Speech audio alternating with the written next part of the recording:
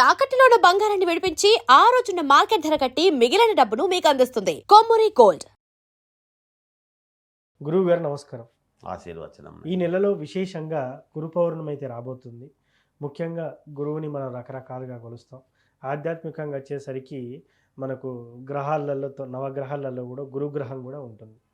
ఏదైనా పని చేసేటప్పుడు మనకు అనుకూలించాలన్నా లేకపోతే మనం ఆర్థికంగా ఎదగాలన్నా కూడా గురుగ్రహం అనుకూలంగా ఉండాలి అని చెప్పేసి చాలా సందర్భాల్లో చెప్తూ ఉంటారు. మరి ఇట్లా ఈ గురు పౌర్ణమి రోజు గురు అనుగ్రహం పొందాలి, గురువు వల్ల మనకి ఇంకా లాభం చేకూర్చాలంటే ఆ రోజు విశేషంగా ఏ పరిహారం చేయాలంటారు? శ్రీ మహాగణాధిపతయే నమః. ఐం మహాసరస్వత్యే నమః. శ్రీ లలితాంబికాదేవియే నమః. గురు పౌర్ణమి. సహజంగా గురు పౌర్ణమి అనగానే ప్రజానీకమంతా ఏం చేస్తారంటే ముందు సాయిబాబా గుళ్ళకు పరిగెత్తడము, ఏదో సాయిబాబా గుళ్ళో పూజలు చేసుకోవటము.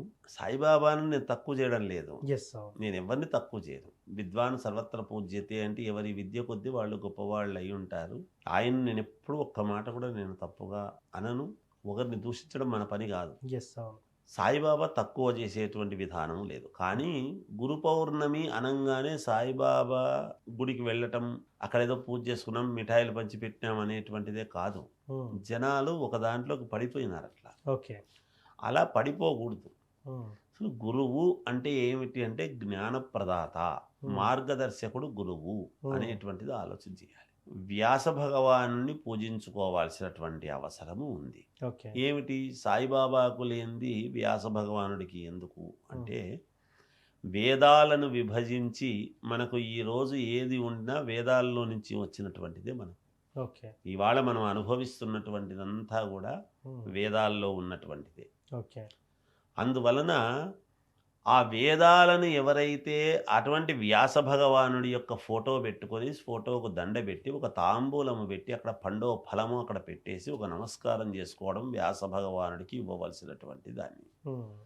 వ్యాస భగవానుడికి ఆ పని చేస్తే ఏమవుతుంది అంటే వేదాలను మనము గౌరవించుకోవటం అనేది ఉంటుంది, మనం కాపాడుకోవడము. వేదాలు మన యొక్క ఆస్తి. 4 వేదాలు మనకు ఉన్నటువంటివి గొప్ప నిధి. అవి ఆ నిధిని ఎంత తోడుకున్నా, ఎంతోమంది అనేక రకాలు పండితులు ఎంతగానో తోడుకున్నా ఇంకా దండిగా ఉంది దాంట్లో తోడుకోవాల్సినటువంటివి. ఇంకా ఎంతోమంది పండితులు వస్తూనే ఉన్నారు, పుట్టుకొస్తూనే ఉన్నారు, వాటి గురించి చెబుతూనే ఉన్నారు, మనం వింటూనే ఉన్నాం. ఇంకా కొత్త కొత్త విషయాలు తెలుస్తుంటాయి. రామాయణం విన్నాం కదా, ఇంకేం వింటామబ్బా అంటే విన్నప్పుడల్లా కొత్తది తెలుస్తుంటుంది రామాయణం. అదే రామాయణం యొక్క గొప్పతనం. భాగవతం వింటున్నాము అంటే భాగవతం విన్నప్పుడల్లా కొత్త విషయాలు తెలుస్తూ ఉంటాయి. మనం పాతవి ప్రశ్నించినప్పుడల్లా కొత్తది ఒకటి వస్తుంది.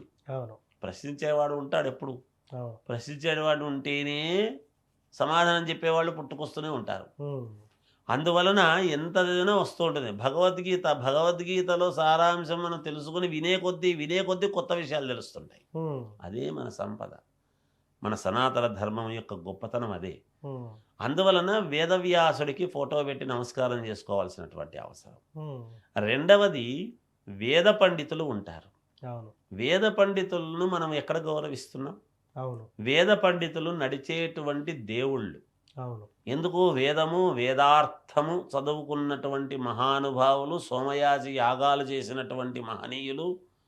ఊరికే సిద్ధాంతి, సోమయాజి అని అనగానే ఆ పేర్లు చాలా మనకు పలుచబడి ఏదో మనము మామూలుగా అవలీలుగా మాట్లాడేస్తుంటాం.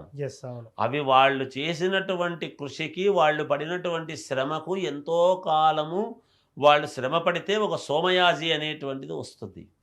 ఒక నిష్ఠ, ఒక తపోనిష్ఠ, ఒక పద్ధతి, ఒక అనుసరణ, దైవాన్ని ఎలా మనము ప్రసన్నత చేసుకోవాలి అనేటువంటి ఒక మార్గము, ఒక అద్భుతమైనటువంటి మార్గములో వెళ్ళి వాళ్ళు వేద పండితులు వేదాన్ని నేర్చుకుని వేదము వేదార్థము తెలుసుకొని వాళ్ళు ఉన్నారు. వేద పండితులు అంటే వేద పండితులను చూడడమే మనం అదృష్టం. వాళ్ళను సత్కరించుకుంటే 7 జన్మల యొక్క పుణ్యఫలం అన్నాడు శాస్త్రం. ఎందుకంటే భగవంతుడు మూర్తీభవించినటువంటి రూపముతో వేద పండితులు తిరుగుతూ ఉంటారు. ఆ వేద పండితులను గౌరవించుకోవాలి. ఆలయంలో అర్చకుడు, ప్రధానార్చకుడు, దేవుడు ఎంత ప్రాధాన్యతో ప్రధానార్చకుడికి కూడా అంతే విలువ ఉండాలి. మనం ఇవ్వాలి.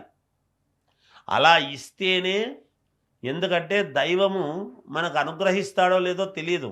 ఉమ్, దైవము ద్వారా ప్రధాన అర్చకుడు ఒక ఆశీర్వచనము చేస్తే దైవం చేసినట్టుగా భావించి మనం ఇంటికి వస్తాం. అవును ఆ శటకోపం పెట్టి మనం ఆశీర్వచనం తీసుకుంటే మనకు పుణ్యం, అవును తీర్థం తీసుకొని వస్తే పుణ్యం, ఉమ్, మేలు జరుగుతుంది. అందుకని గుళ్ళకు వెళుతున్నాం. అందుకని పౌర్ణమి నాడు వేద పండితులను పిలిచి లేదు వేద పండితుల ఇంటికి మనము వెళ్ళి ఆయనకు ఒక శాలువా కప్పి గౌరవించి ఒక ఫలమో పండో మనకు చేతనైనటువంటి దక్షిణ అనేటువంటిది ఇచ్చి ఆయన ఆశీర్వచనము తీసుకుంటే వేదాశీర్వచనం అనేటువంటిది దేవాలయాలకు విఐపీసు పోయినప్పుడు ఒక చోట వేదాశీర్వచన మండపం అని కూర్చోబెట్టి వేద పండితులతో ఆశీర్వచనము చేసి శాల్వాలు గప్పించుకునేసి తీసుకొని వస్తారు. ఎస్ అక్కడ భగవంతుడు పరిపూర్ణముగా ఆ వేద పండితులు అక్కడ వేద ఆశీర్వచనము చేసేటువంటి వాళ్ళ ద్వారా వాళ్ళల్లో ఉండి వీళ్లకు ఆశీర్వచనం ఇచ్చినట్టుగా భావిస్తాం. ఓకే అందుకే దైవం మానుష రూపేణ. ఏ మనిషిలో పడితే ఆ మనిషిలో ప్రతి మనిషిలోనూ దైవం ఉంటాడు. ఎస్ అవును కానీ ఆ పలుకును వేద పండితులు ఇచ్చినటువంటి వేద ఆశీర్వచనం అనేటువంటిది ఖచ్చితముగా మనకు ఫలించాలి అంటే మనకు పరమ భక్తితో వాళ్ళ యందు గౌరవముతో వినమ్రతతో మనం ఎంత దేశానికి అధినేతలు అయినా కూడా ఇటువైపు వాళ్ళు విఐపీసు అని అంటారు. అవునవును ఎంత గొప్పవాళ్ళైనా ఎంత అధినేతలైనా ఎంత డబ్బు ఉండినా ఎంత వ్యాపారస్తులైనా అక్కడ వినమ్రతతో ఎప్పుడైతే శిరస్సు వంచి వాళ్ళ ముందు ఇలా వినయముగా ఎప్పుడైతే ఉంటామో ఎంత ఒదిగి ఉంటామో అంత ఎదగడానికి అవకాశం ఏర్పడుతుంది అని శాస్త్రం చెప్పినటువంటి మాట. ఎస్ అలాంటి వేద పండితులను గౌరవించుకోవటము వేద ఆశీర్వచనము తీసుకోవటము 10 మందికి వేద ఆశీర్వచనము ఇప్పించడం మనం తీసుకోవడమే కాదు, వేద పండితులను గౌరవించుకునేటువంటి విధానముగా ఉండి వాళ్లను గౌరవించుకుంటే మనకు మేలు జరుగుతుంది అనేటువంటిది ఒకటి. జాతకపరంగా ఇక గురుగ్రహం బాగలేదు, ఏం చేసుకుంటే నా లైఫ్ నాకు బాగుంటుంది అనేటువంటి ఆలోచన ఉన్నటువంటి వాళ్ళు ఈ గురు పౌర్ణమి రోజు చేయాల్సినటువంటిది ఏమిటి అంటే 1.25 కిలో శనగపప్పు. ఎందుకంటే గురువుకు బృహస్పతికి శనగలు కానీ శనగపప్పు కానీ ఏదైనా పర్వాలేదు 1.25 కిలో ఉండేట్టుగా తీసుకొని ఒక మోదుక ఆకు తీసుకొని మోదుక ఆకులో ఆ శనగపప్పు అంతా కూడా పరిచి 2 తమలపాకులు దాంట్లో ఒక ఒక్క అది పెట్టి గురువును మనసులో తలుచుకొని గురువుకు సంబంధించినటువంటిది మనకు మంత్రాలు ఉంటాయి, గురు జపం అనేటువంటిది ఉంటుంది. ఆ గురు జపం అనేది ఒక గ్లాసులో నీళ్లు పెట్టుకునేసి మనకు వేరే మంత్రాలు రాకపోయినా ఇప్పుడు మనం మామూలుగా నవగ్రహ మంత్రాల్లో పండితుడిని పిలిచి చేయించుకుంటే అదొక విధానం, మంచిదే పుణ్యమే. కానీ బ్రాహ్మణ్ణి పిలిచి చేయించుకోలేనటువంటి వాళ్ళు మేము సొంతంగా చేసుకోవాలి అని అనుకునేటువంటి వాళ్ళు నిజానికి బ్రాహ్మణ్ణి పిలిచి చేయించుకోవడంలో ఔన్నత్యం. ఎందుకు అంటే ఎప్పుడైనా నా కాళ్లకు నేను మొక్కుకుంటే 100 ఏళ్ళ ఆయుష్ రాదు. నేను ఇంకొక పండితుడి కాళ్లకు నమస్కారం చేసినప్పుడు కదా ఆయుష్మాన్ భవ అంటే మనకు వస్తుంది. ఇంకొకరిని పిలిచి మనం ఎప్పుడైతే చేయించుకుంటామో అదొక యోగం.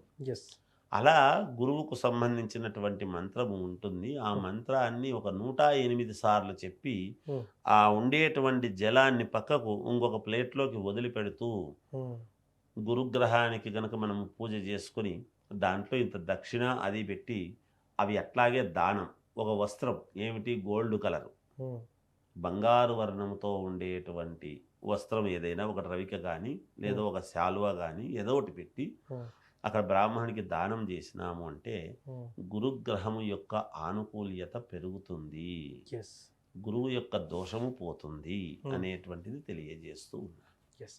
ముఖ్యంగా గురు పౌర్ణమి రోజు ఏ పరిహారం చేయాలనే దానికి చాలా చక్కటి వివరణ ఇచ్చారు. దానం కూడా ఏం చేస్తే బాగుంటుందని చాలా చక్కగా చెప్పారు గురుగారు. ధన్యవాదాలు. జయోస్తు.